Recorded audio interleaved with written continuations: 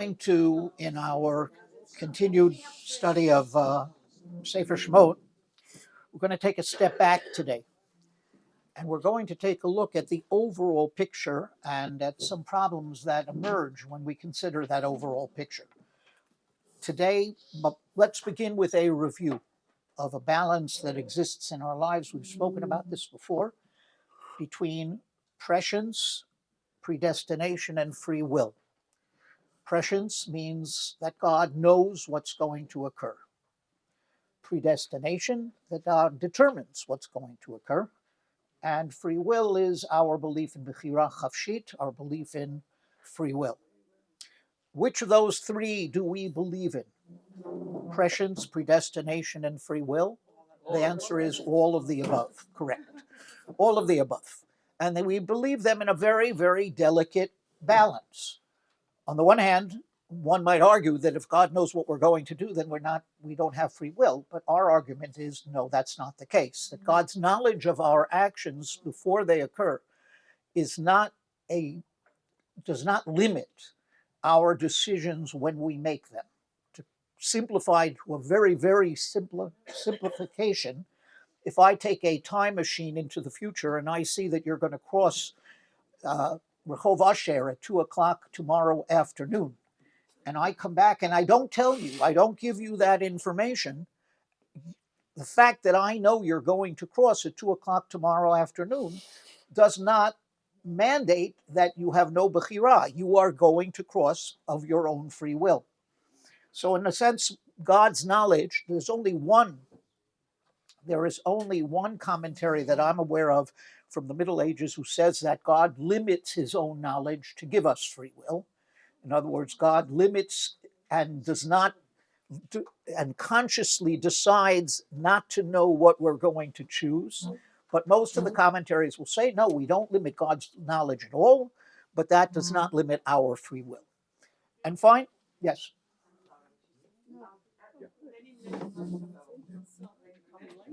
Yes. Rabbi, that's correct. I'd have to look for it and tell you, but no. In other words, I don't know. I just know that he was the one who posited that position. I'd have to look for it to find it in the source. I'll get back to you next time, Bezrat Hashem. Okay, and then there is, of course, the question of predestination. Do we believe in predestination? And on some level, yes, we do. We don't get to choose when we're born, to whom we're born, what country we're born in. All of what our DNA is. I think I told you that my Hebrew name is Shmuel. My English name is Stanley. My father named me after a baseball player, Stan Musial, because he didn't like the name Sam, so Shmuel became Stanley in English. And that's right.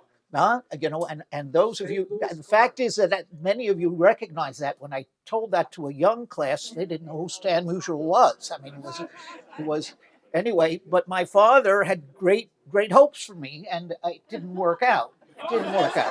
I mean, he would take me to the park and throw the ball, and I would drop the ball, and he'd throw the ball, and I dropped the ball. So it became very clear that it wasn't in my DNA to emulate Stan Musial. But the fact is that we believe in predestination on that level. We believe that HaKadosh Baruch Hu puts us in our particular box. That box is what we have, not of our free choice. And then we are to make the best. We are to make the best out of that box. We're to make the best out of what HaKadosh Baruch Hu gives to us. And the rabbis have a beautiful way of saying this. They say that when a child is about to be born, or when a child is about to be conceived, the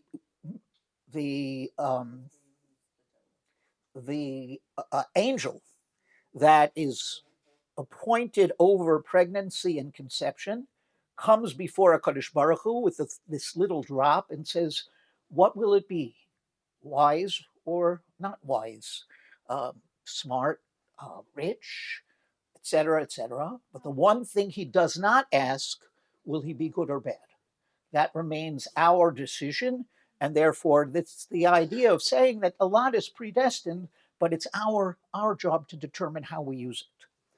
But we're going to look today at what happens when God breaks his own rules. And it on two levels. First, on a global level concerning the Exodus story, the story of Yetzias Mitzrayim, and then we'll take a look at it in a particular place in that story.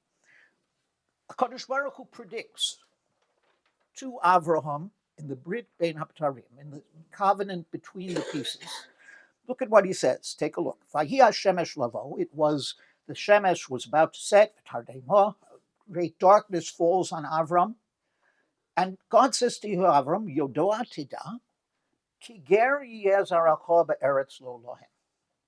I want you to know that your children, your offspring, are going to be strangers in a strange land. They're going to be in a land that doesn't belong to them. Va'avodum v'inuosam arba me'ot shana. And they will cause them, the citizens of that country, will torment and work your offspring for 400 years. They will enslave them for 400 years. Now, the 400-year is a problem because we weren't slaves for 400 years. We were slaves for about 210. So there are those who suggest that the counting begins with the birth of Yitzchak. And the argument might be that Yitzchak never feels comfortable in his own skin. If you look carefully, God speaks to him, Gur ba'aretz, dwell in the land. He's always, and therefore one could argue that that's the beginning of the 400 years. Others will say that there's one commentary that says that 400 is the Bible's way of saying many years. But that's not accepted by most. Not accepted by most. And we have to try to figure out and there are those who say that because of certain merit we had, it was shortened, et cetera, and that becomes our own free will. But he says, you're going to be strangers in a strange land for 400 years. And I will judge, and I will also judge the people that enslave them. We spoke about this, and then they will go out with great wealth. And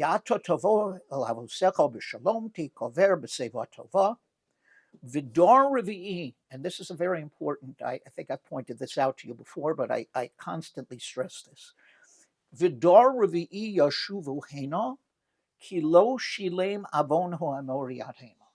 The fourth generation of your offspring will return to this land. Why do they have to wait that long?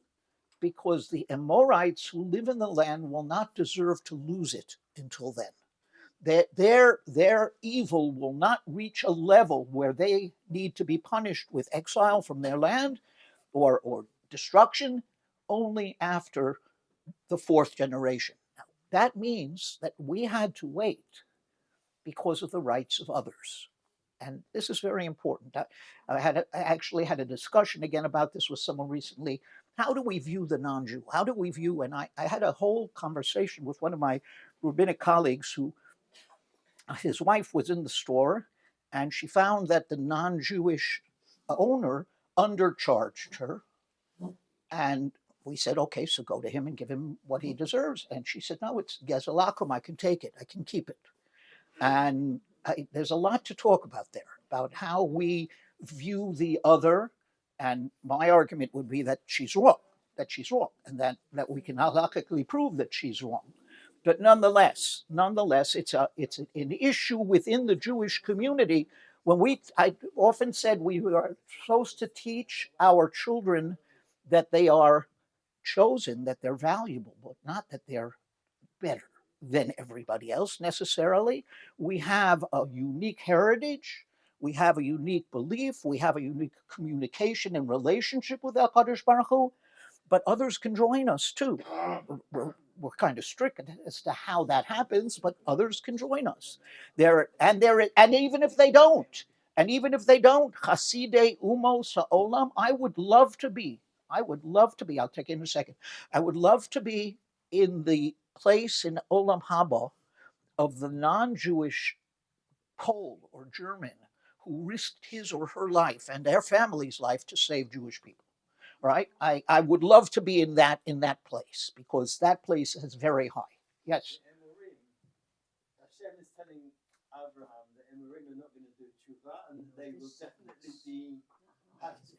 That's correct. Absolutely. So now let's see how this whole thing relates to my problem. All right. If it there here, God is breaking a rule. All right. When we spoke about prescience and free will, God's knowledge and free will, we said that God knows what we're going to do, but if he doesn't come and tell us, then it doesn't affect our actions. He's breaking his rule here, right? He is very specifically talking to Abraham, and he's Avram at the time, and he's saying to him, your children are going to be exiled. He's predicting to Abraham the exile in Egypt and the ensuing events. And one has to wonder, first of all, did Avram share this with his family? Do Yosef and his brothers know about this in the next two generations? We don't know. Torah doesn't tell us. I mean, this is a tradition that either Avram kept to himself or he shared. But one way or the other, if this is all predicted in this detail, in this way, then do brothers of Yosef have any blame? They're just players on a predetermined script. Does Yosef, his free will, what he does when he orchestrates the descent of Bnei Israel into Egypt, is he only fulfilling a predestined event, or is that his own decision? Is that his own free will? All right. That he knows that it's more. It could be, yes. Well, the question is, if God tells Avraham what's going to occur, then therefore there is a predetermined script. The people who play out that script, do they have free will? In other words, if God is saying this is going to happen, it's going to be, then do they have free will when they play out that pageant, if you will? All right, so, yes. Joseph, all right, I would argue with you about that. Yosef, we actually spoke about Yosef. Yosef does not have Nevuah. Yosef lives in a time of God's silence. He dreams, but even those dreams God is not present in any of those dreams. When he's thrown into the pit, does Hashem appear to him and say, I'm going to save you, you're going to be fine? No. When Yaakov goes to the house of Lavan, HaKadosh Baruch Hu appears to him. Yosef lives in a time of God's silence. There's no clear Nevuah. But I can't hear you, I'm sorry.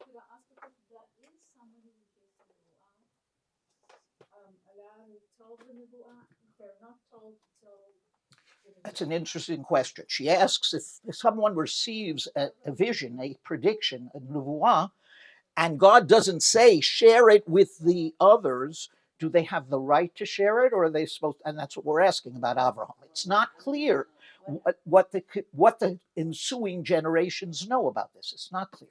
Not clear. Wasn't Yaakov going to tell his children what was going to be in the future, and he was just that's Medrash. Correct. Medrash says that Yaakov on his deathbed was going to predict the end of days, and because it says Heyasfu, and then it says Hikavsu, which is a double language come together, and therefore he was going to do something. He was stopped according to the Medrash. And okay, so yes. But it didn't have to be going one stage further. It didn't have to be Yosef's brothers that did it. Okay. All right, this was predicted, but it could have been. Okay, so what you're suggesting is an answer. What you're suggesting is God creates the broad brush strokes, the overall picture, but he leaves the details to us. All right, that's the key. The key is to understand he knows what we're going to decide, but we're deciding it ourselves. And therefore, while the overall pageant may well be God's vision, and is God's vision, and God controls that, the way it occurs. There are those who say, for example, that we were enslaved dafka because Yosef was sold as a slave. It was payback. There are those who say that we were enslaved because of the fact that this is a very interesting tradition, that the sons of Rachel and Leah used to make fun of the sons of Zillah and Bilhah. And therefore, what happens is HaKadosh Baruch Hu says, I'm going to make you all even. I'm going to put you all, you're all going to start in a low place because of what you're doing. A beautiful tradition says that it's the hatred of brothers that leads us down to Mitzrayim. It's the love of brothers that takes us out. Moshe and Aaron. Yes.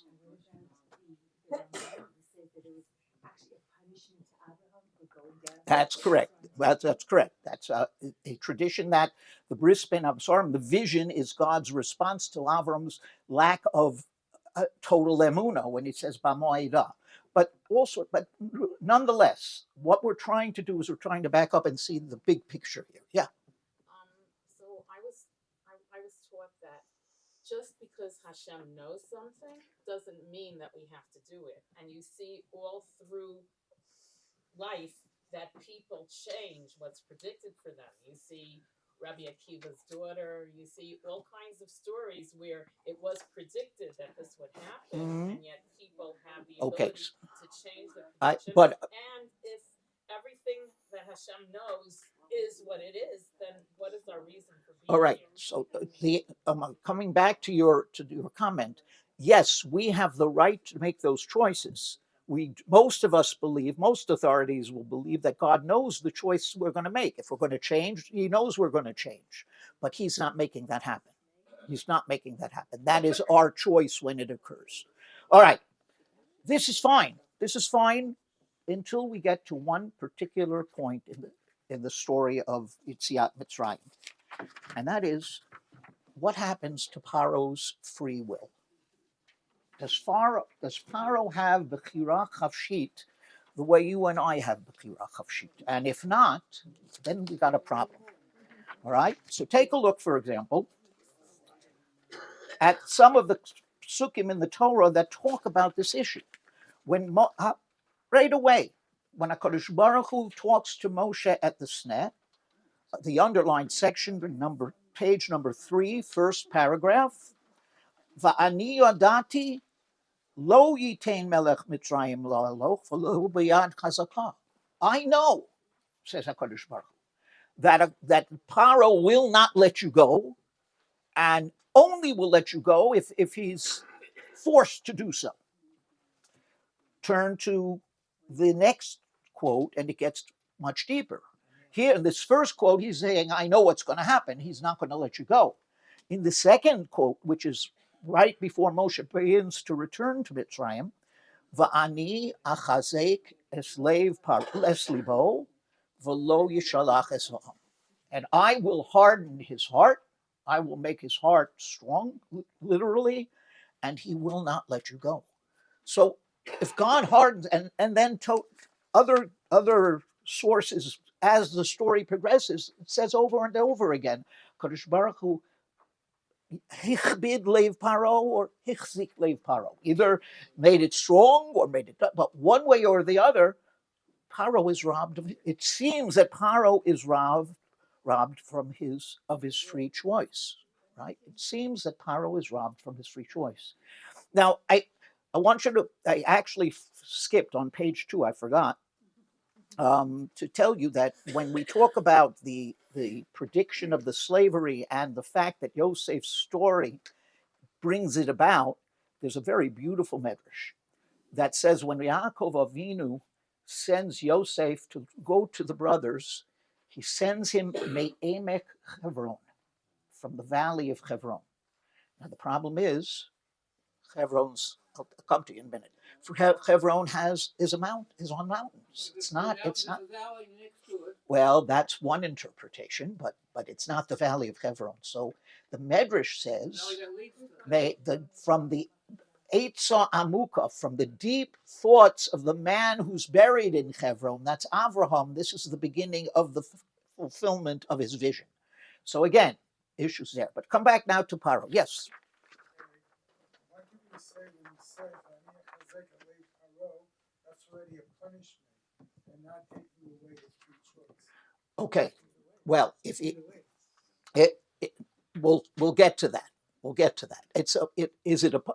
Is that God, will God take away our free will at a particular point in our sinning? Does that happen? Could it happen? All right, so let's see the rabbis struggle, the Chachamim struggle with this question. This is not a new question, and it's been answered by classical commentaries and by more modern commentaries. If you take a look at the bottom of page 4, I'm sorry. Right. All right, hold on a second. Right.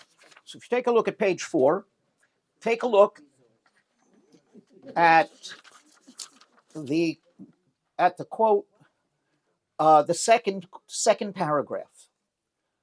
Omar ani ichbadeti es libo, I have hardened his heart. That's the quote from the Chumash. Omar Rabbi Yochanan mikan pischon pelaminim. From here there is an open door to those who would attack us. Lomar lo ha'isami menu sheyaset tshuva. He was robbed from the opportunity of doing tshuva, and we have to answer that question. This is a serious question. The Ibn Ezra goes even further and simply says, Yesh lishol, im Hashem hiksha es libo ma pisho ma chataso.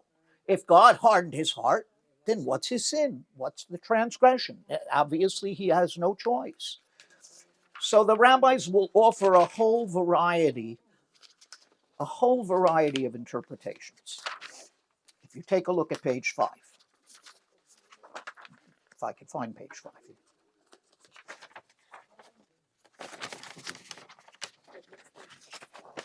The bottom of page 4, the top of page 5. This is the first one. Now this one is Shadal.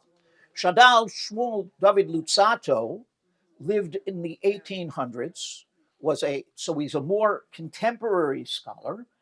There was controversy about him because while he was observant and fully believed, he didn't shy away from dealing with difficult issues and recognizing that there were issues. So Shadal says the following, and I'm going to read the English on page 5. Know that all acts can be ascribed to God because they are all caused by him, some through absolute decree and some through man's free choice. It can be therefore said that God, as the author of all acts, hardens Paro's heart. Now, this really begs the question, right? What does Shadal say? Shadal says he had free will, but God gave him the free will, and the fact that he then didn't use the free will was part of God's actions. But it does not answer the question. Take a look at the Abarvanel. Now, the Abarvanel will offer 3 solutions. We'll see if any of them satisfy us. Right? The first one is, if you take a look on page 5, it's the big paragraph, the first underlined section. Bein adam lechavaro sheba'aso sosam adam ad shechanen lefanav yisparach lo ya'avor achataso v'lo yislach lo. When man sins, and this begins to tie into your comment, when man sins against other people, God will not immediately forgive that sin, not give him an opportunity to repent, because he has to first make it good between him and those he wronged. And therefore, God hardens Paro's heart specifically because of the pain that he's inflicted upon the Israelites. The second answer, which is sort of contradicts something I told you a little earlier. The second answer of Abarvanel is Hatshuva Habeis. Omnam trufas hatshuva hu chesed elyon me'el yisparach miyuchad liamo v'nachalato. That free will is a specific gift only to Jews. All right, that's all right, and therefore it's a specific, or the ability to do tshuva is only granted to God, to the Jewish nation, and therefore Paro's outside. Now I'm not comfortable with this, but nonetheless that's the second tshuva of the Abarvanel. And then finally,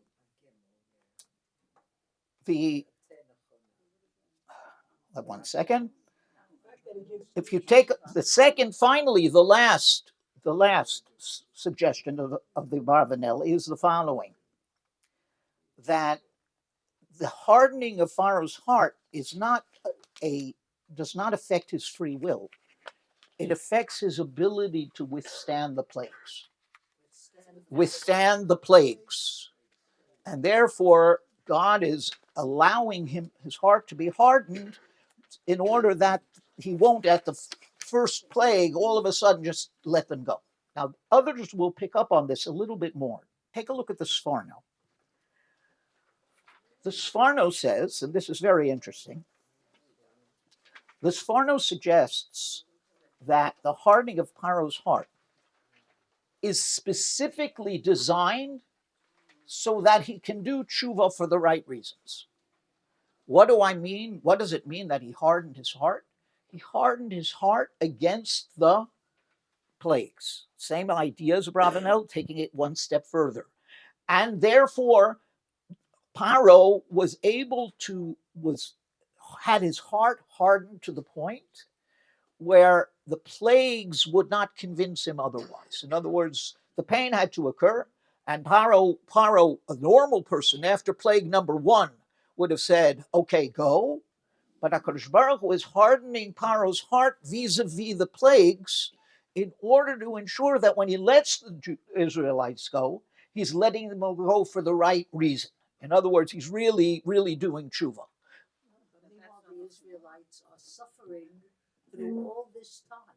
Very interesting. All right. The answer is, by the way, that I would argue that point with you, because I don't know, I wasn't there, but I would argue that they were watching the decimation of the Egyptian empire step by step. That's why God says, well, Tzalti talks about stages. And the rabbis will actually point to a particular language and say, at this point, the work got easier. They took away the work from them. And so what's happening is there is a freeing of in fact, one of the arguments as to why there are 10 plagues. Why doesn't God just create, I think of Wizard of Oz, the bubble that the good witch comes in. Why doesn't he create a big bubble and float us away? Why does he have to inflict 10 plagues? Or if he wants to decimate Egypt, why doesn't he decimate Egypt all at once? Why this process? And one of the answers given is that it's for the benefit of the Israelites, that they could not become free in one fell swoop. They had to see the step-by-step decimation of all that was holding them enslaved. It had to end with Yam Suf, and only if they saw that could they potentially become free. And by the way, in spite of that, this generation fails. Right? So in other words, becoming I'm sorry. Ooh, interesting. You weren't at our earlier class. If you take a look at the Torah and what it says Vatimolei haaretz osam. What happened was they broke out of Goshen. Right? Proof of that is, according to some commentaries, that when the angel Balak HaMaves comes to inflict the plague of the firstborn, I have to mark my house next to my neighbors. If everybody's living in Goshen and we're the only ones living in Goshen, why do I have to mark my house? Right. So in other words, and we said that this was part of in a sense, this led to the enslavement, because what they did was they broke out. They tried to be like everyone else. That caused greater hatred, and therefore, so in a sense, Yosef orchestrates the first ghetto. That's interesting because he's the most cosmopolitan Jew in the Torah. He orchestrates the first ghetto, but the Israelites break out. And over the generations, they move into all areas of Mitzrayim, according to many. Yes? So you said that the Canaanim that were living in the land, they were not Zohar at that point. They needed all this time, right. 400 years. whatever. Right. But that generation that left and went into Mitzrayim, they were not zocher to go in, because that whole generation had to die out. Right. So That- I'm not really understanding. I'm not sure I understand the question. We were not ready to go into the land. We were not ready to go into the land. Right. Correct. So did that coincide with? It apparently did. It coincided with when they deserved to lose the land. We deserved to go in. But what I'm pointing out is how difficult freedom is for those who have never had it before. In other words, to move from slavery to freedom was something that required a step-by-step progression, and nonetheless, that first generation fails. I'm thinking, for example, of a young man. I don't know if I told you this one.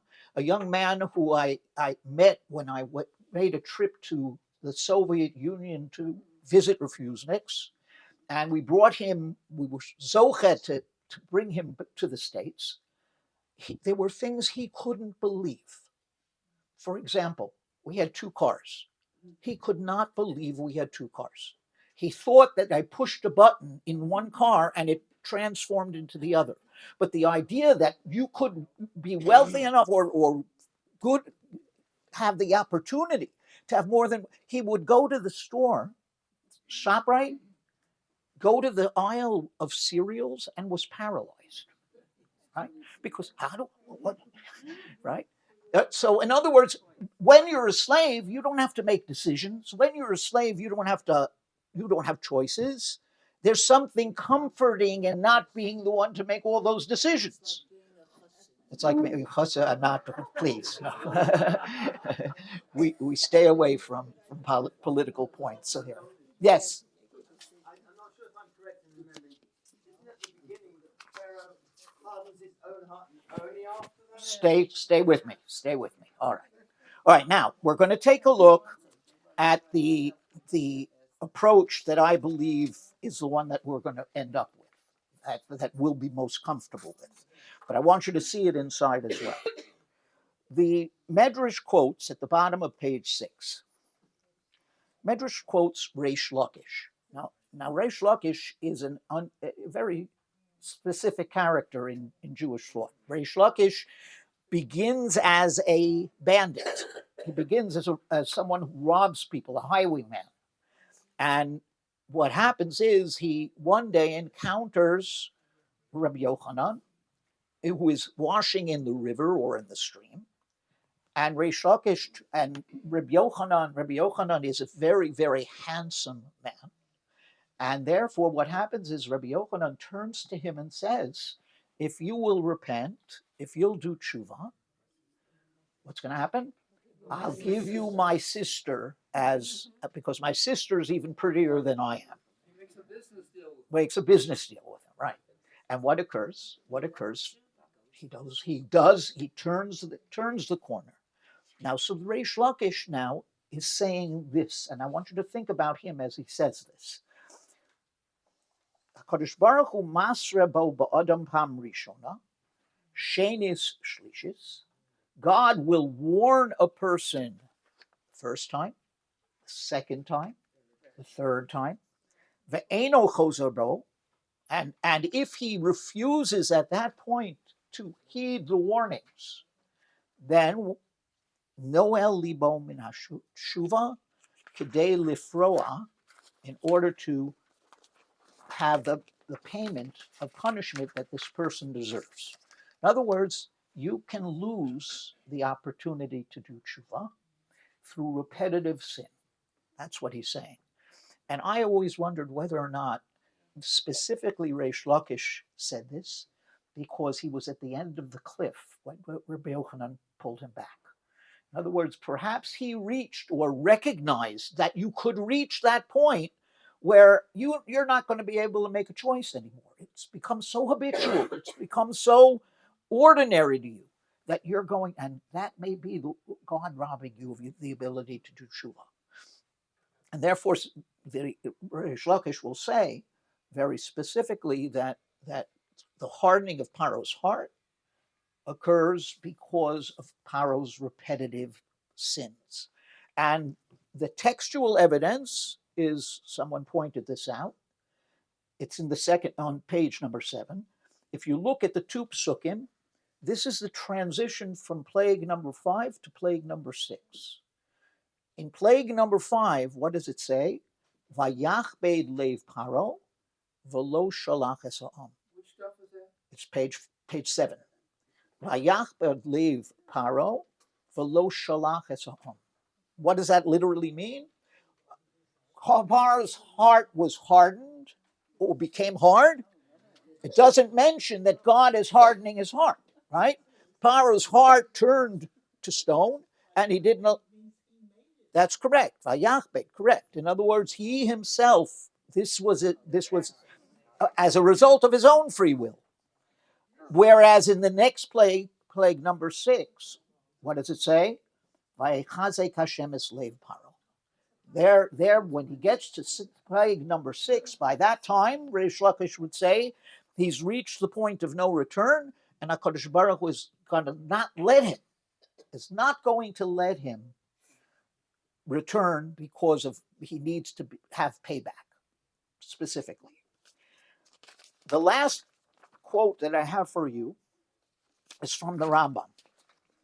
And the Rambam in the Mishnah Torah, which is his work of halacha, specifically says this. Also on page 7, I'm sorry. Ve'efshar sheyechet ha'adam gadol o chatoim rabim. It's possible that a person can sin greatly and ad sheyitein hadin lifnei hadayon ha'emes, to the point where the judgment before the true judge, who's the true judge? Kadosh Baruch Hu, right? Sheyehei hapiron mizeh hachet al chatoim elu she'asa b'rtzono midato shemoni mimenu hatshuva. Now, that a person can sin so greatly that God will, free will is a gift. That's the point he's making. Free will is not an inalienable right. It's a gift. And the gift can be taken away. And the gift will be taken away when a person sins so greatly that he deserves or she deserves to reach a point where that she has to be punished. She has to be punished for this, and I'm not going to allow them to do tshuva. And therefore, what Reish Lakish, this is a continuation of Reish Lakish's position, codified in halachically in the Rambam. And if you take a look at the next underlined section, Lefichach kosu b'Torah, ani achazek es lev paro, lefi shekata me'atzmo techila, v'heira l'Yisrael ha'gorim bar. So first he is sinned by dealing evilly with the Jewish people of his own free will, and as the process continued, HaKadosh Baruch Hu then robbed him of that free will. And this is a very this is pretty controversial point of view, because there are sources in the Talmud that talk of people doing tshuva at the last moment, and kana olamo b'sha'a achas. But those are Jews. What about that The Abravanel, that's no. We're moving away from that. We're saying that this is Jew and non-Jew. All right. In other words, we're saying that everyone has the opportunity to do tshuva, but that sometimes you've reached a point where God will take away that gift, and it's not an inalienable right. You don't have it and have it for good. You can lose it, and this is very. Excuse me. Is it different on a national level? I don't know. It could be. It could be. It doesn't mention that he wants to do tshuva. It just mentions he's not having his heart. Right. He's not doing tshuva. There's no tshuva here yet. No, that's the point. Is the point is right. The point is that you reach the point. He reached the first 5 plagues, according to this. He could have done tshuva. The 6th plague onward, he couldn't even.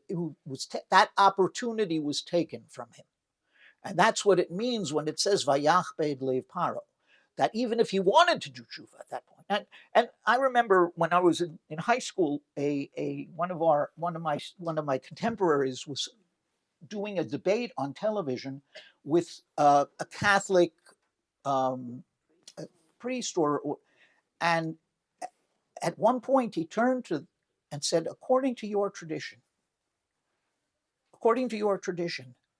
the Nazi guard who powerfully punished inflicted pain unbelievably on my grandfather goes to heaven if he turns around and says, I want to repent. Whereas in your tradition, the Jew that he persecuted goes to hell.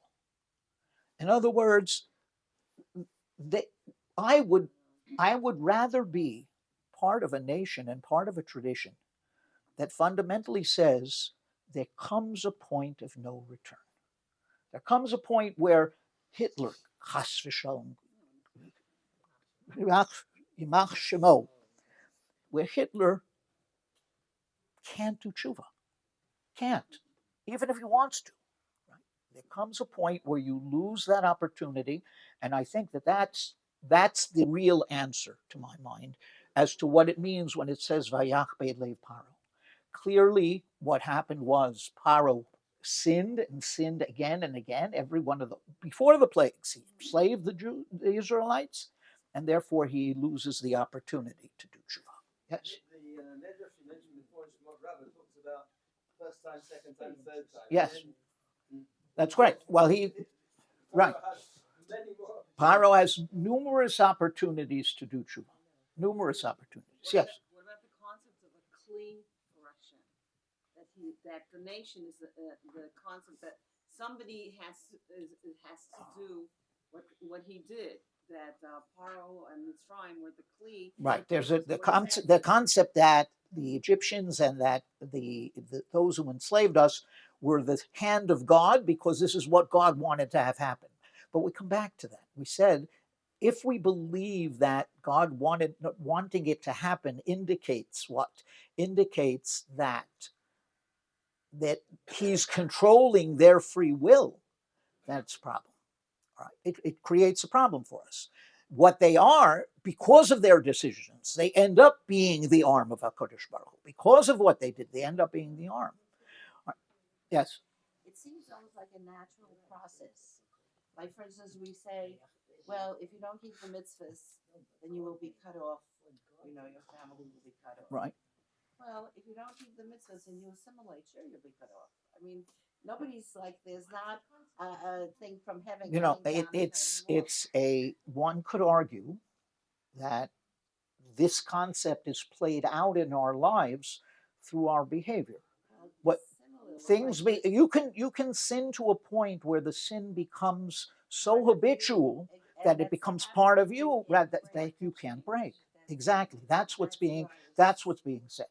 That's possible as well. That could be the playing out of this concept. And also, it always used to say that the Rabboni Shalom helps you do what you want to do. And this was God leads you in the path that you choose. Right. In other words, so these are all possibilities. In other words, what we're saying is you can reach a point where your free will disappears, and when you're so habituated, that's one possibility. Habits are so powerful. I had a friend who was a chain smoker. He would smoke a pack a day. When it came to Shabbos, he'd put down the cigarette, and if you said to him, Sid, don't you miss the cigarettes? He'd say, Shabbos.